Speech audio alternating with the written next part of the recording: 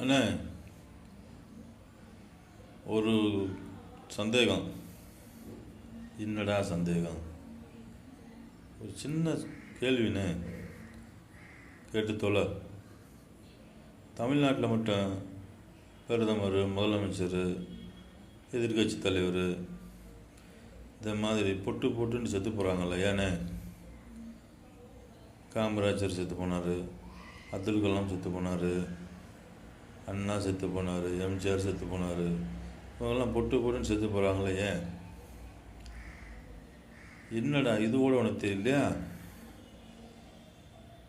இது கூட தெரியாமல் வாழ்கிற அந்த உலகத்தில் இல்லைன்னு, உலகத்தில் நம்ம தமிழ்நாட்டில் தானே நிறைய சாவு வருது. ஆமாடா, இது என்னன்னு தெரியலையா? ஆர்மிக்கும் காவல்துறைக்கும் லோ பர்சன்ட்